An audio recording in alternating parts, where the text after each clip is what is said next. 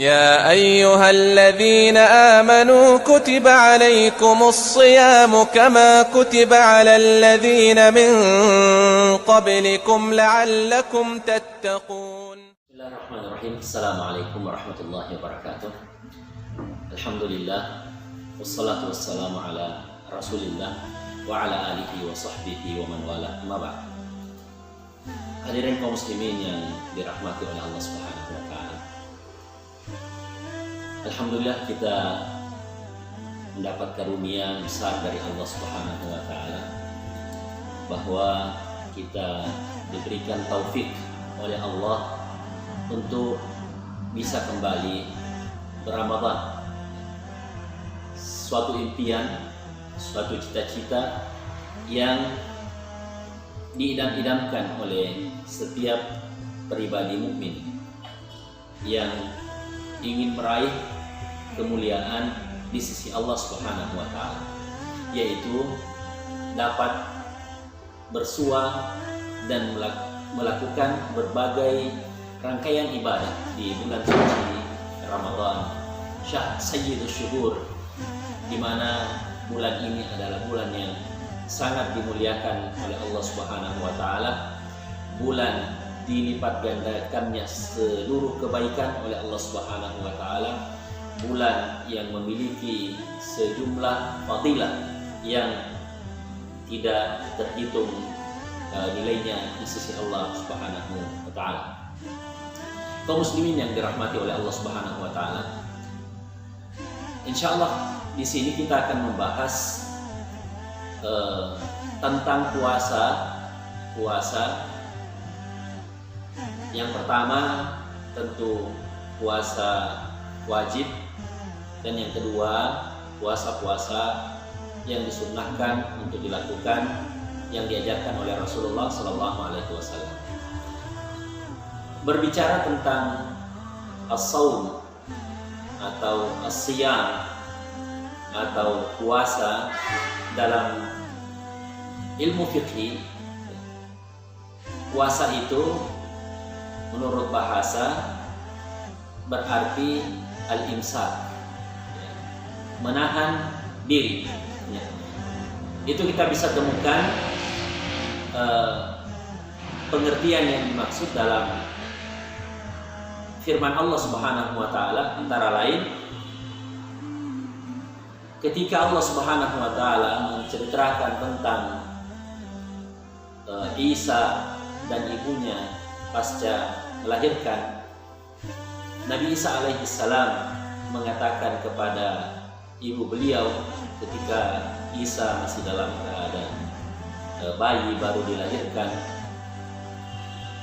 fa imma tarayinna minal bashari ahadan faquli inni nadartu lirrahmani shauman. Kalau engkau bertemu wahai ibuku dengan seorang manusia lantas menanyakan tentang kondisimu, faquli, maka katakan inni nadartu lirrahmani shauma falam ukallimal yauma insiya. Saya bernazar untuk berpuasa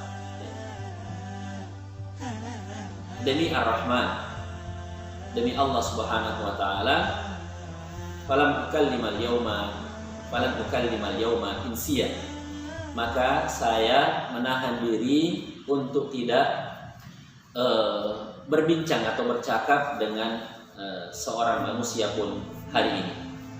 Jadi itu pengertian dari as-saum secara bahasa, yakni berarti menahan diri.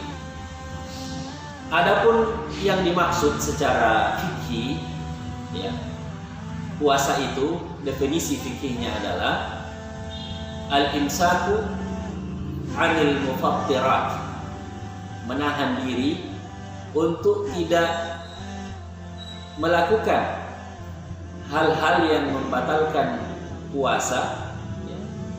Min tulu'il fajri, yang membatalkan puasa tentu makan, minum, jima, ya. Min tulu'il fajri, dari terbitnya fajar, ila ghurub asy-syams, sampai terbenamnya matahari diniyah dan didasari dengan niat.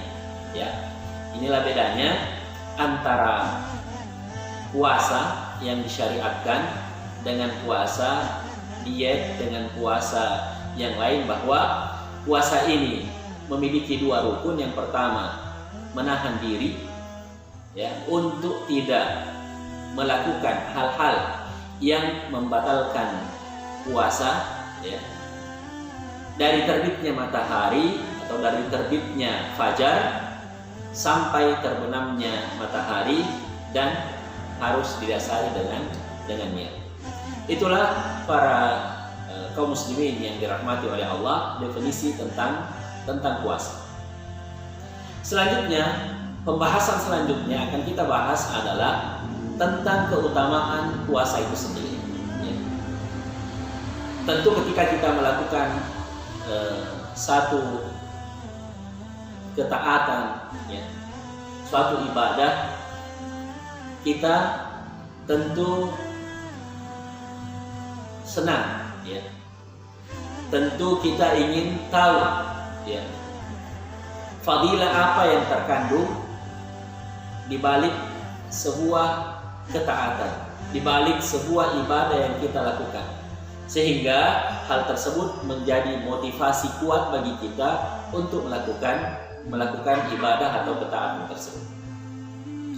Keutamaan puasa kita bisa temukan dalam berbagai hadis-hadis Rasulullah Sallallahu Alaihi Wasallam. Antara lain, yang pertama, an Abi Hurairah radhiyallahu anhu, dari Abu Hurairah radhiyallahu anhu bahwa Rasulullah Sallallahu Alaihi Wasallam qala, bersabda, qala Allah Azza wa Jalla, Allah Subhanahu wa taala berfirman. Jadi hadis yang akan kita bacakan ini adalah hadis qudsi.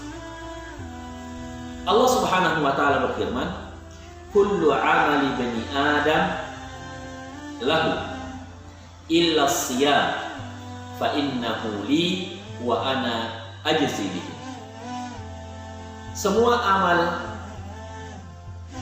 anak Adam, semua amal ibadah anak cucu Adam itu miliknya, dan berlaku baginya perhitungan-perhitungan kebaikan yang telah disampaikan oleh Allah Subhanahu wa taala dan Rasulnya, ya. Jadi kaidah-kaidah kebaikan itu, ya, lil hasanati asyru amsalih. Itu satu diantara ganjaran kebaikan ketika kita melakukan suatu kebaikan, bahwa barang siapa yang melakukan satu kebaikan, maka ia berhak untuk mendapatkan 10 kali lipat pahala dari kebaikan tersebut. Ya, itu secara umum. Di lain pengertian juga kita menemukan bahwa kebaikan itu terkadang dilipat gandakan sampai 700 kali lipat. Kapan? Ketika orang berinfak di jalan Allah Subhanahu wa taala. Dalam surah Al-Baqarah Allah Subhanahu wa taala berfirman, A'udzubillahi minasyaitonir rajim. Mathalul ladzina yunfiquna amwalahum fi sabilillahi kamathali habbatin ambatat sab'a sanabila fi kulli sumbulatin mi'atu habbah. Wallahu yudha'ifu liman yasha, wallahu wasi'un 'alim.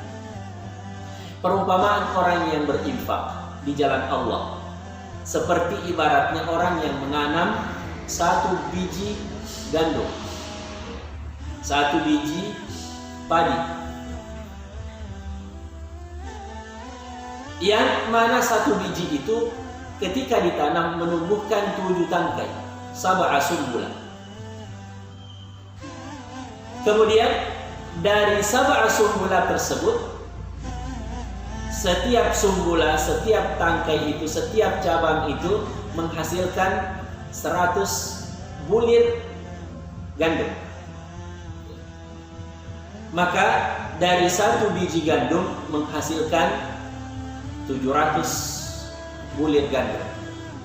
Itulah kebaikan atau infak di jalan Allah Subhanahu wa taala. Namun bagaimana dengan puasa? Allah Subhanahu wa taala dalam hadis qudsi ini mengatakan puasa berbeda dengan perkalian tersebut, perkalian kebaikan yang telah diberitahukan tersebut.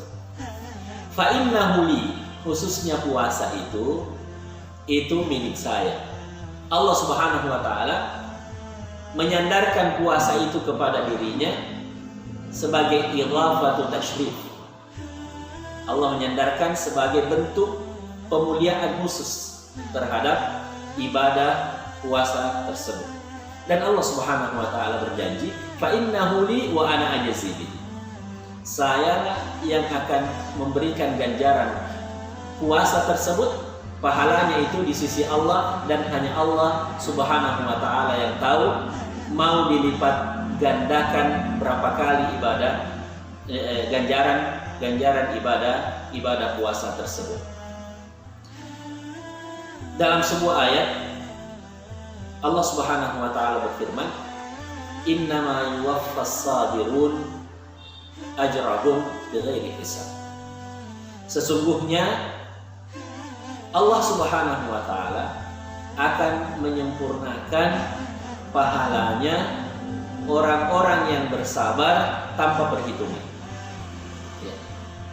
Para ulama mengatakan puasa masuk di dalam kategori ini karena puasa mengandung dua hal. Pertama, kesabaran orang yang menekuni ibadah puasa tersebut, bersabar menahan diri untuk tidak melakukan hal-hal yang sebenarnya di luar bulan puasa itu adalah mubah. Tapi dengan masuknya bulan puasa, mereka menahan diri untuk tidak menyentuh dan melakukan apa yang menjadi pembatal puasa tersebut. Karena apa? Karena Allah Subhanahu wa taala. Sehingga Rasulullah SAW mengatakan di hadis yang lain, "Man shama Ramadhana imanan wa ihtisaban, ghufira lahu ma taqaddama min dhanbi." Barang siapa yang berpuasa di bulan Ramadan atas dasar keimanan kepada Allah, atas dasar ihtisaban, memohon, mengharap pahala dari Allah Subhanahu wa taala, ghufira lahu ma taqaddama min dhanbi. Jadi ini yang pertama, keutamaan puasa, bahwa ganjarannya berlipat ganda di sisi Allah, dan itu hanya Allah Subhanahu wa taala yang tahu. Yang pasti bahwa melampaui perhitungan pahala yang selama ini kita ketahui. Kemudian lanjutan hadis, as-siyamu junnah. Pada hakikatnya puasa itu efektif untuk menjadi benteng, membentengi seseorang yang melakukan ibadah puasa. Membentengi dari apa? Membentenginya anil ma'asi, dari perbuatan maksiat. Puasa mampu untuk membentengi kita dari perbuatan maksiat, baik itu perbuatan yang sifatnya perkataan, kalimat, atau perbuatan yang sifatnya amal badan kita. Puasa insya Allah efektif untuk membentengi kita dari hal ini. Makanya salah satu pesan Rasulullah SAW bagi para bujang yang tidak mampu untuk menikah, karena Rasulullah SAW menekankan bahwa seseorang kalau sudah sampai masanya untuk menikah, segera menikah. Namun kata Rasulullah, barang siapa yang tidak mampu, fa'alaihi bisawm, hendaklah ia melakukan ibadah puasa. Karena puasa itu pada hakikatnya efektif untuk membentengi kita untuk tidak melakukan maksiat. Kemudian para jamaah yang dimuliakan oleh Allah, fa idza kana yaumu shaumi ahadikum fala yarfus. Makanya ketika seseorang melakukan puasa fala yarfus, maka hendaknya dia harus berusaha untuk tidak mengeluarkan kata-kata yang jelek, kata-kata yang tidak baik, kata-kata yang mengandung dosa. Wala yajhal, dan tidak melakukan perbuatan-perbuatan yang tidak baik, menjahili orang lain, melakukan kezaliman terhadap orang lain. Dan sebaliknya, fa in syatamahu ahad, kalau seseorang menghinanya, menjelek-jelekkannya, au qatalahu, atau memeranginya, falyaqul inni shaimun marratayn. Hendaknya ia mengatakan inni shaim. Saya ini adalah orang yang berpuasa. Saya tidak meladeni Anda. Saya ini adalah orang berpuasa. Maka tidak wajar saya bertengkar. Tidak wajar saya membalas kejahilan dengan kejahilan. Walladzi nafsu Muhammadin biyadi. Demi zat yang jiwa Muhammad berada di tangannya. La khalufu famis sha'im atyabu 'inda Allah yaumal qiyamati birrihil misk. Ketahuilah bahwa perubahan bau mulut orang yang berpuasa, setiap orang yang berpuasa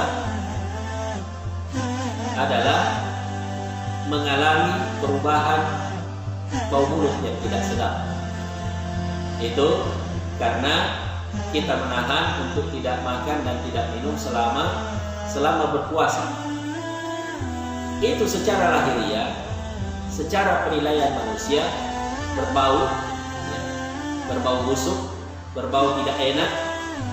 Tapi ketahuilah, kata Rasulullah SAW, perubahan bau mulutnya orang yang berpuasa di sisi Allah di hari kemudian nanti itu nilainya atyabu indallahi birrihil misk, lebih harum di sisi Allah dari bau kasturi, ya, bau harum-haruman yang paling harum sekalipun, niscaya perubahan bau mulutnya orang yang berpuasa lebih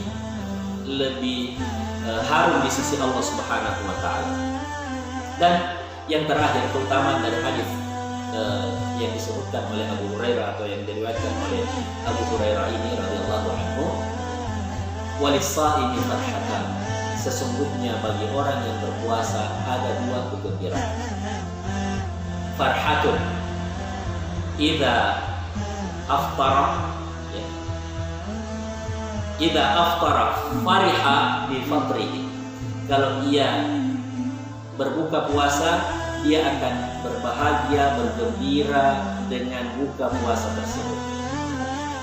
Alhamdulillah bagi kita yang berpuasa merasakan suatu kegembiraan yang luar biasa ketika saat-saat buka itu datang.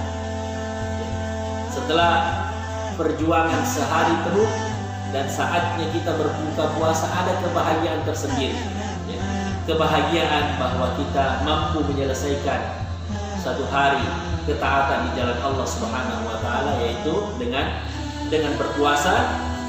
Dan yang tidak kalah pentingnya kegembiraan itu adalah ya, wa farhatun inda liqa'ihi bi rabbih, ya. Dan kebahagiaan ketika ia bertemu dengan Tuhannya kelak di hari kemudian dengan ganjaran puasa yang ya, mungkin saja ia tidak bisa memprediksinya, mungkin saja ia tidak bisa membayangkannya, karena Allah Subhanahu wa taala sudah berjanji bahwa puasa itu untuk Allah dan Allah lah yang akan bermurah, ya, untuk membalas sesuai dengan keridhaan Allah Subhanahu wa taala, sesuai dengan masyiatullah, di luar perhitungan-perhitungan yang diketahui oleh manusia. Demikian salah satu hadis yang membicarakan tentang keutamaan berpuasa itu sendiri. Mudah-mudahan kita senantiasa dibimbing oleh Allah Subhanahu wa taala untuk menekuni ibadah mulia luar biasa. Wassalamualaikum warahmatullahi wabarakatuh.